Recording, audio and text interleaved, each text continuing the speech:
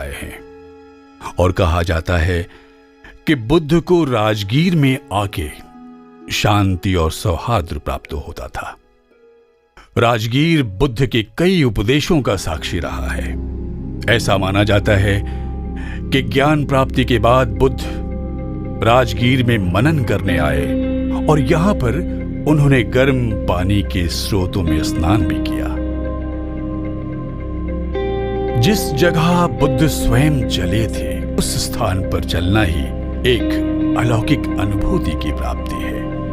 जैन धर्म के 24वें और अंतिम तीर्थंकर भगवान महावीर, जिन्हें वर्धमान के नाम से भी जाना जाता है, मान्यता है कि उन्होंने राजगीर की गुफाओं और वादियों में 14 सावन के मौसम बिताए थे। एक समृद्ध परिवार में पैदा होने के बाद भी उन्होंने राजसी जीवन छोड़कर, त्याग कर एक तपस्वी का जीवन चुना। बुद्ध के समय के दौरान ये माना जाता है कि जैनियों की बस्तियां भी शहर के साथ ही थी। महावीर की तरह ही बुद्ध के भी बहुत से अनुयायी थे, लेकिन राजा बिंबिसार के संरक्षण में बौद्ध धर्म को ही उपमहाद्वीप के साम्राज्यों में फैलने में मदद मिली। कहा जाता है कि बिंबिसार गौतम सिद्धार्थ से तब भी मिले थे जब वे सत्य की खोज में गया के रास्ते जा रहे थे। बिंबिसार उस व्यक्ति जो बाद में भगवान बुद्ध बने, उनके असाधारण धार्मिकता से इतने प्रभावित हुए थे कि उन्होंने प्रतिज्ञा ली कि वे सिद्धार्थ से सत्य प्राप्ति के बाद जाकर फिर जरूर मिलेंगे। बिंबिसार का पुत्र अजातशत्रु के बारे में कहा जाता है कि वो एक बहुत ही हिंसात्मक और खूंखार प्रवृत्ति का राजा था। कहा जाता है कि बाद में वे भगवान बुद्ध के अनुयायी बन गए।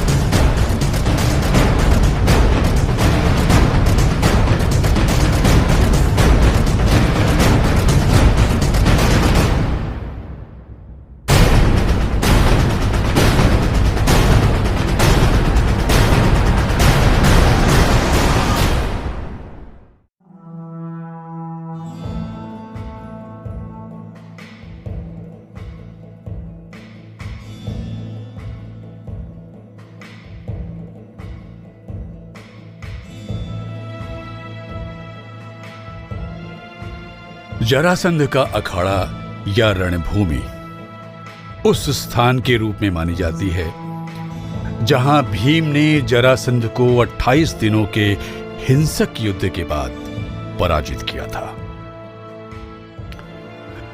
यहां के स्थानीय लोग इस जगह की स्वच्छ व श्वेत मिट्टी को इस विश्वास से अपने शरीर पर लगाते हैं कि ये उन्हें असाधारण शारीरिक शक्ति प्रदान करेगी। विद्वानों का यह भी मानना है कि इसी स्थान पर राजा जरासंध भी अपनी कुश्ती का अभ्यास करते थे।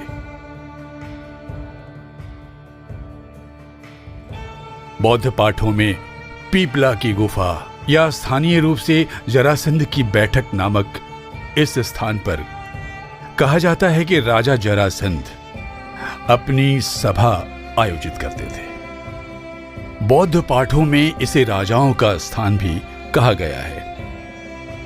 महाकश्यप जब शारीरिक और मानसिक रूप से पीड़ित थे, उस समय बुद्ध उनसे मिलने इन्हीं गुफाओं में आए थे।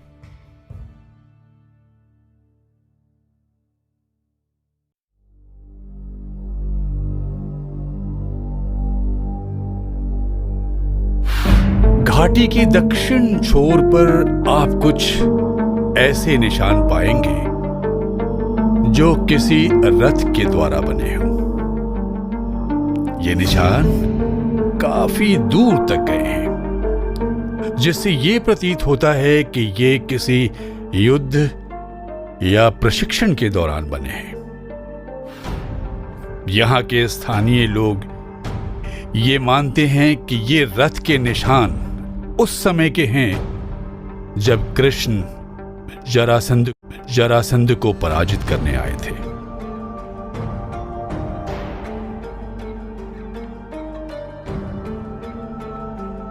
यहां पर शंख लिपियों के शिलालेख भी मिले हैं, जिसे आज तक समझा नहीं जा सका है।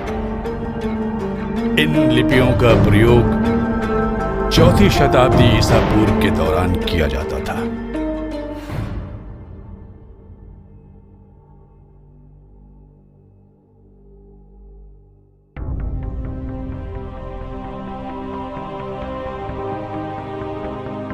मुख्य शहर से दूर सेलागिरी की पहाड़ी पर 31 फीट ऊंचा गीरियक स्तूप स्थित है,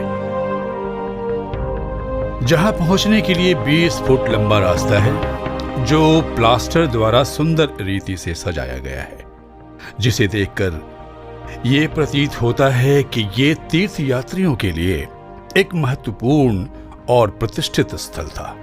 स्तूप के संरक्षण के लिए व्यापक व्यवस्था की गई है, जिसके कारण इसकी भव्यता और उत्तमता को बनाए रखा जा सके।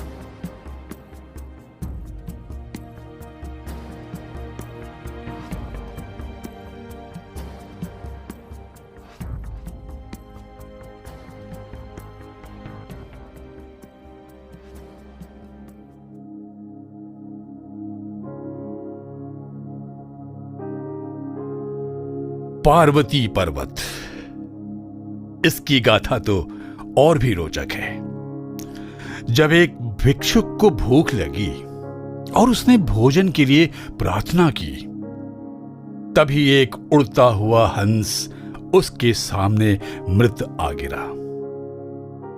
उसके बाद उस भिक्षु ने हंस के अवशेषों के ऊपर एक स्तूप की स्थापना की। इस कारण से उस स्तूप का नाम हंस स्तूप या स्वान स्तूप पड़ा। पार्वती पर्वत एक पृथक पहाड़ है, जिसके विशाल क्षितिज के शिखर पर मंदिर दिखाई देता है। इसी पर्वत के पास एक और अनखुदा स्तूप है, जिसे हम हंस स्तूप कहते हैं, और इसका वर्णन विन्सांग के लेख में मिलता है।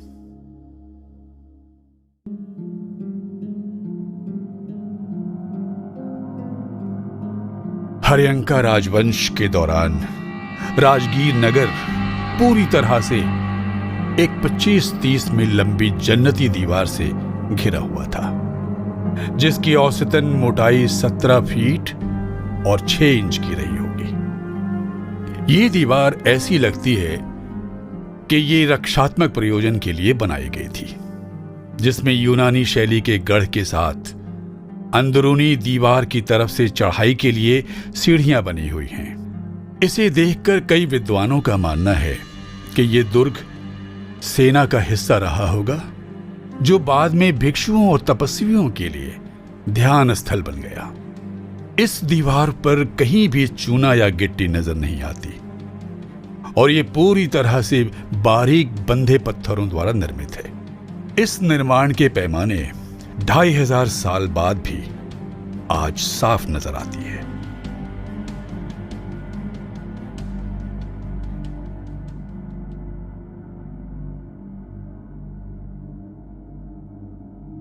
स्थानीय भाषा में इसे सोन भंडार बुलाया जाता है, और लोगों का मानना है कि इस जगह पर राजा बिंबिसार ने अपना खजाना रखा था।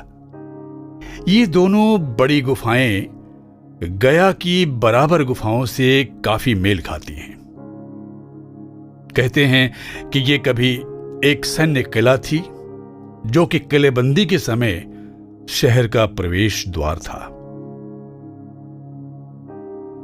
पूरे ढांचे को पहाड़ी के एक ही तरफ से बनाया गया है। बड़े कमरे के दरवाजे के भीतरे हिस्से पर एक अज्ञात लिपि द्वारा शिलालेख देखा जा सकता है। यहां ये कथा भी प्रचलित है कि जो भी इस शिलालेख को पढ़ लेगा वो खजाने के द्वार को खोलने में सक्षम हो सकेगा।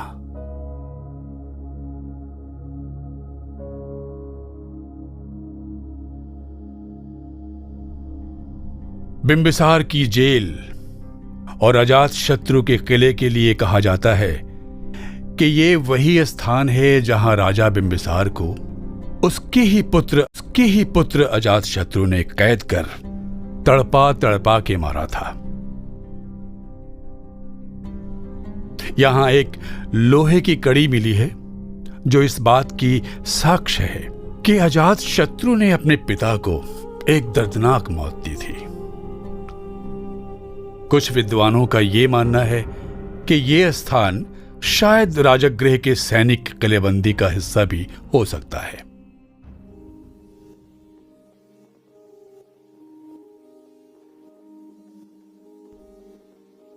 वेणुवन के पूर्वी हिस्से में जो मुख्य सड़क के पास है, पत्थर की संरचना के अवशेष पाए जाते हैं। वेनसांग बताते हैं कि उन्होंने अजातशत्रु के द्वारा बनाए गए स्तूप को देखा है।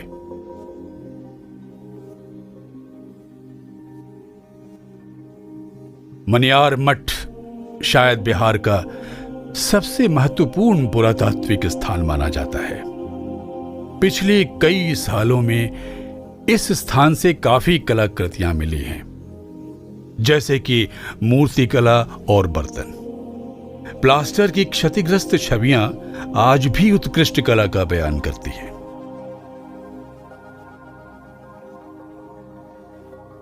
यह स्थान मूल रूप से नागा संप्रदाय की पूजा का स्थान है।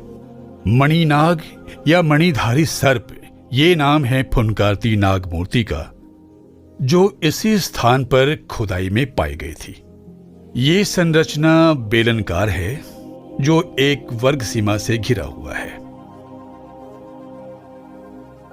इस संरचना का केंद्र खोखला है और लगभग 20 फीट गहरा है। कहा जाता है कि ये बिंबिसार की सभी पत्नियों का धन बांधे हुए है। मुख्य संरचना के साथ कई छोटी संरचनाएं भी पाई गई हैं। ये पूरा परिसर हिंदू, जैन और बौद्ध तीर्थ यात्रियों में समान रूप से पूजनीय है।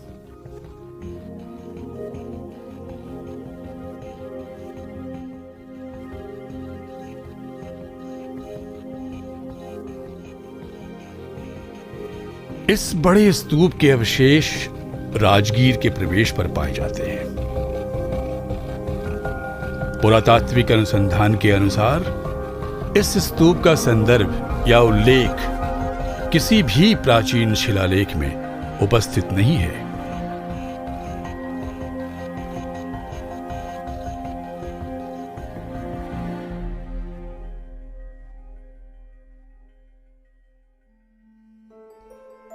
अशोक स्तूप को लेकर अक्सर विद्वानों के बीच बहस रहती है।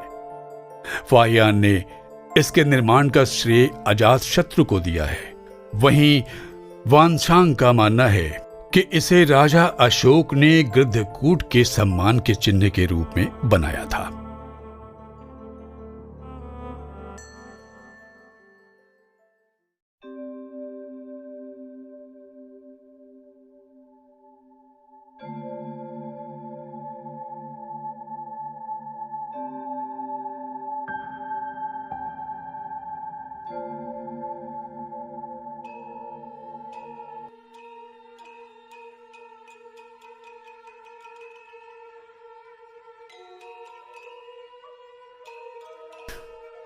गृद्धकूट पर्वत बुद्ध का मनन और ध्यान करने के लिए सबसे प्रिय स्थान माना जाता है।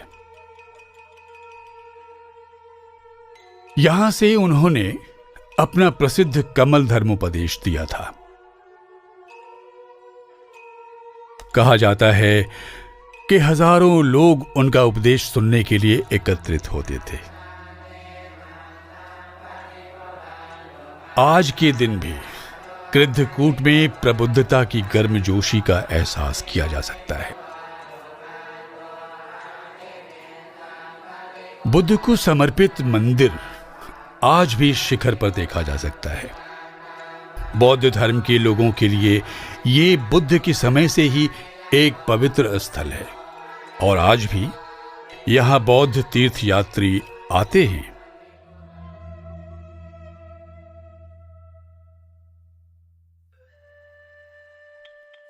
बौद्ध परंपरा के अनुसार वेणुवन, या जिसे बांस का वन भी कहा जाता है, गौतम बुद्ध का सबसे पसंदीदा विश्राम स्थल था। बौद्ध ग्रंथ के अनुसार वेणुवन वो पहली जमीन का टुकड़ा था जिसे राजा बिंबिसार ने बुद्ध परंपरा के अनुसार वेणुवन, या जिसे बांस का वन भी कहा जाता है, गौतम बुद्ध का सबसे पसंदीदा विश्राम स्थल था। बौद्ध ग्रंथ के अनुसार वेणुवन वो पहली जमीन का टुकड़ा था जिसे राजा बिंबिसार ने बुद्ध को उपहार स्वरूप दिया था।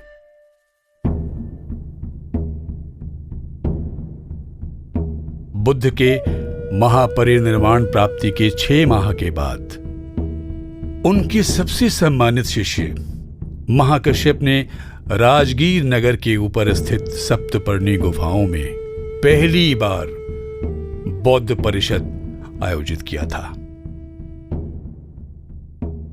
इसी परिषद के दौरान बुद्ध के उपदेशों को संकलित किया गया ताकि उसे आने वाले समय के लिए संरक्षित रखा जा सके। इसके 3 भाग हैं जिसे त्रिपतिका भी कहा जाता है। परिषदों के आयोजन की अवधारणा इसी जगह से हुई थी ताकि बौद्ध धर्म को सार्वभौमिक रूप से मजबूती के साथ प्रचारित किया जा सके।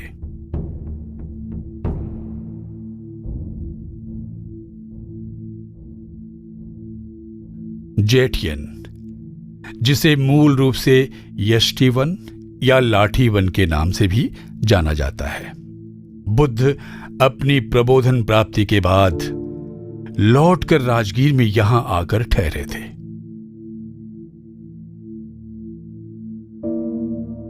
इस घाटी के आसपास कई स्तूप मिले हैं जो कि बुद्ध के इस क्षेत्र में होने और उनकी लोकप्रियता के चिन्ह हैं।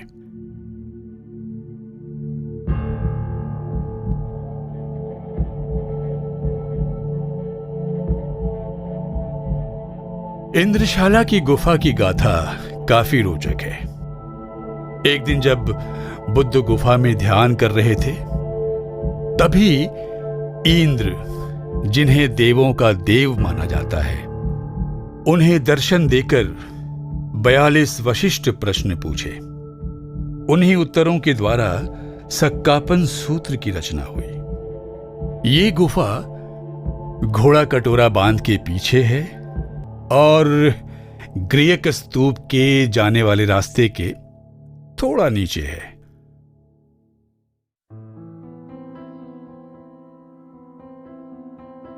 विश्व शांति स्तूप 1969 में नोजिदात्सु फूजी नामक एक जापानी बौद्ध भक्त द्वारा स्थापित किया गया और इसकी रूपरेखा प्रसिद्ध कलाकार उपेंद्र महारथी द्वारा तैयार की गई थी। ये शांति के संदेश देने के लिए बनाया गया था। यहां बुद्ध की 4 स्वर्ण प्रतिमाएं अपने अमर तेवर के साथ देखी जा सकती हैं। इन्हें आप विश्व के किसी भी कोने से प्राप्त कर सकते हैं। यहां मनन करने के लिए एक मंदिर भी है जहां बुद्ध की धड़कनें हमेशा हमेशा के लिए गूंजती रहेंगी।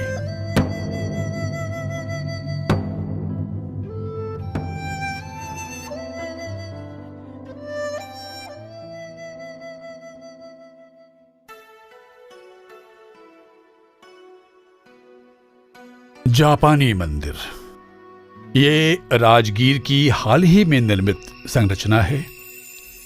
इस मंदिर में पर्यटक एवं बौद्ध श्रद्धालु नियमित रूप से दर्शन करने आते हैं। इस मंदिर की सजावट और भीतरी वास्तुकला शिल्प इतनी सुंदर है कि ये आत्मा को मोह लेती है।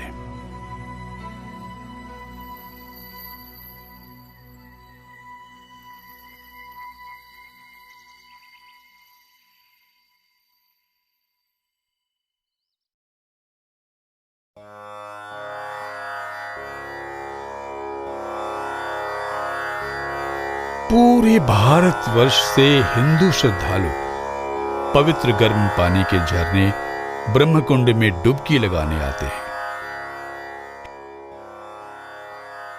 यह माना जाता है कि इस पानी में जोड़ों और गठिया के दर्द को हर लेने की शक्ति है। ब्रह्मकुंड में डुबकी लगाने के बाद श्रद्धालु लक्ष्मी नारायण मंदिर जाते हैं,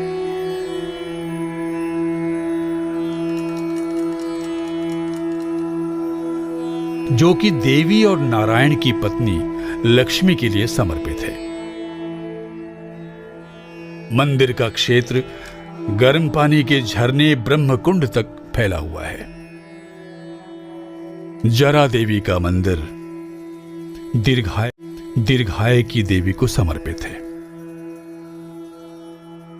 यह मंदिर पत्थर के ढेर और खुदाई प्रयास के एक स्थल के सबसे ऊपरी स्थान पर स्थित है।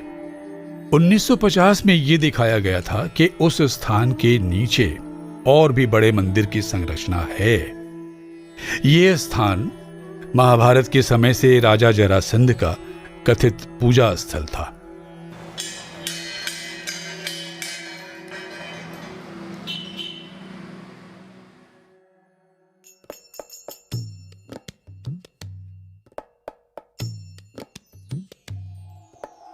जैन श्रद्धालु यहां 5 पर्वत के दर्शन के लिए आते हैं। राजगीर पंच पहाड़ी के नाम से भी प्रसिद्ध है।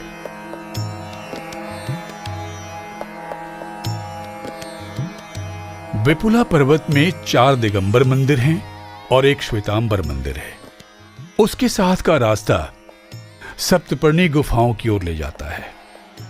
रत्नागिरी पर्वत में 3 दिगंबर और एक श्वेतांबर मंदिर है। उदयगिरी पर्वत में 3 दिगंबर और 4 श्वेतांबर मंदिर है। स्वर्णगिरी पर्वत पर 2 दिगंबर और एक श्वेतांबर मंदिर है। वैभागिरी में 4 श्वेतांबर और एक दिगंबर मंदिर है।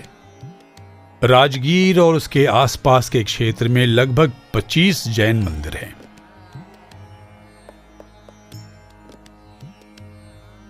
महावीर भगवान की जयंती के साथ 1973 में विरायतन जैन संस्थान का निर्माण किया गया।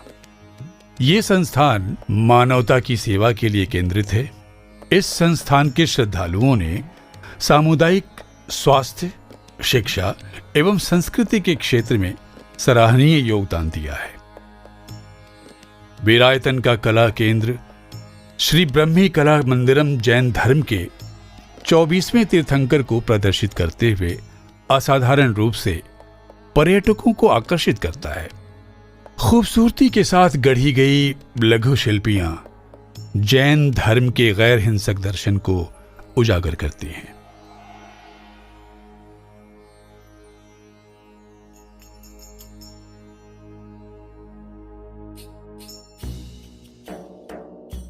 मखदुम कुंड के गर्म पानी के झरने पर अक्सर अनेक मुस्लिम श्रद्धालु आते हैं। कहा जाता है कि 13वीं शताब्दी ईसा पूर्व में सूफी भक्त मखदुम शाह शरफुद्दीन ने 12 साल समाधि लेकर राजगीर की गुफाओं में गुजारा।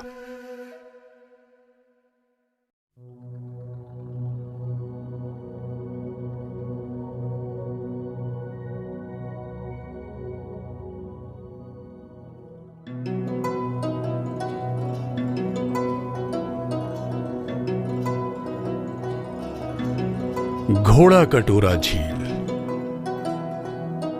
एक प्राचीन झील है जो कि राजगीर के राजसी पहाड़ियों की गोद में समाई हुई है। ये झील कई प्रजातियों के लिए निवास स्थान है, मुख्य रूप से श्वेत हंस और मुबारक बत्तख। ये एक प्रदूषण मुक्त और आनंदमय पर्यटक स्थल है।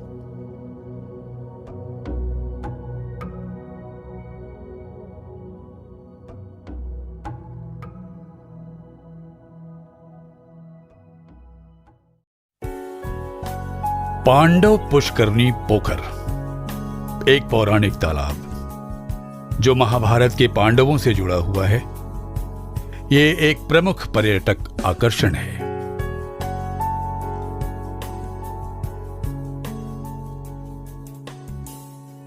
वैभारगिरी पर्वत पर गर्म पानी के झरनों में रोग हरने की शक्ति की मान्यता है। यह हिंदू और मुस्लिम दोनों ही धर्मों के श्रद्धालुओं का पसंदीदा स्थान है।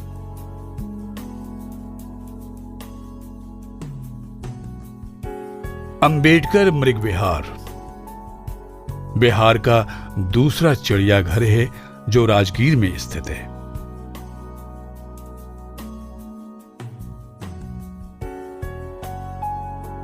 उन्नीस सौ 1978 में बनी पंत वन्यजीव अभयारण्य उपजाऊ वनस्पति और वन्यजीव से भरपूर है।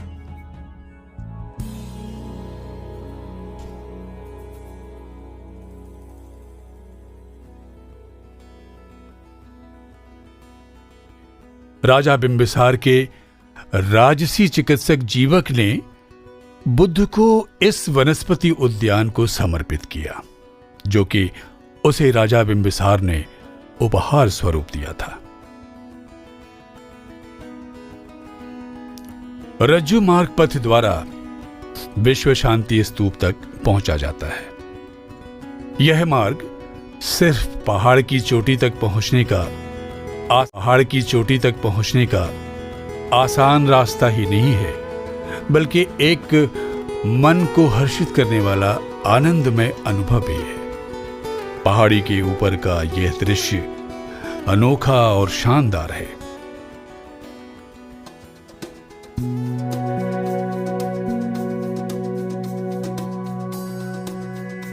राजगीर अंतर्राष्ट्रीय सम्मेलन केंद्र सभाओं के लिए एक उम्दा और सभी तौर से सुसज्जित स्थान है।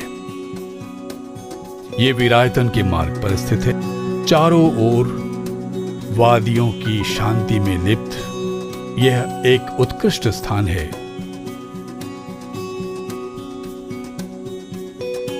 जहां बड़े पैमाने पर सम्मेलन आयोजित किए जा सकते हैं।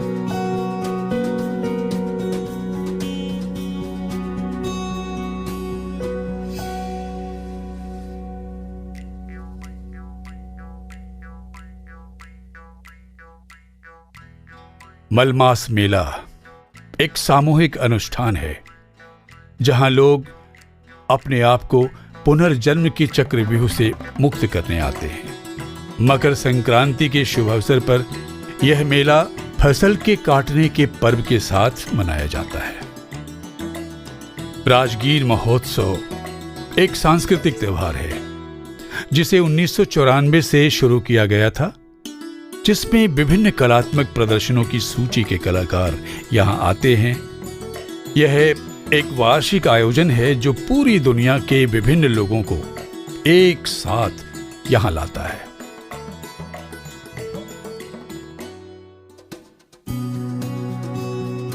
राजगीर में बहुतायत से इतिहास, कला, स्थापत्य कला और आध्यात्मिकता भरी है। बस जरूरत है तो बाहर निकलकर उस तक पहुंचने की। पटना शहर से 100 किलोमीटर की दूरी पर राजगीर स्थित है, जहां आप प्राचीन पुरातात्विक और आध्यात्मिक गंतव्य से मिल सकते हैं। लेकिन आपकी पटना की वापसी का सफर यहां के स्वाद के आनंद बिना पूरा नहीं होगा। खस्ता मीठा, जिसे खाजा कहते हैं, यहां के सिलाव गांव में उपलब्ध है। ये आपकी यात्रा को सार्थक बनाते हैं।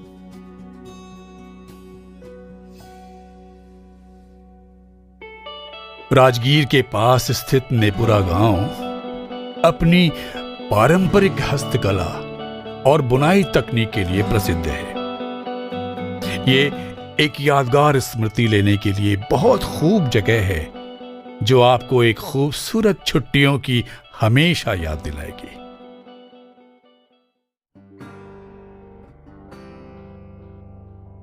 जैसा कि बुद्ध द्वारा कहा गया है, मंजिल को पा लेना ही आपको सफल नहीं बनाता, बल्कि बेहतर व रोचक यात्रा आपको सफलता की चोटी पर पहुंचाती है।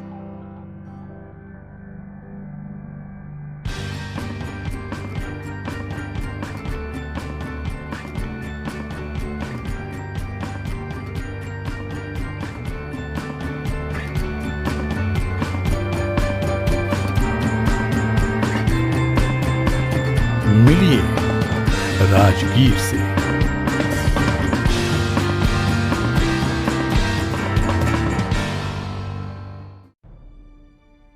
पत्थर से बात करता पत्थर, कभी संस्कृति की, कभी सभ्यता की।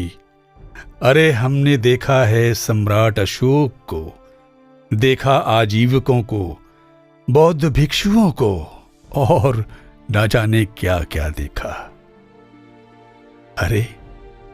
अरे अब बात करो प्रेम की, बराबर की, उसके भविष्य की।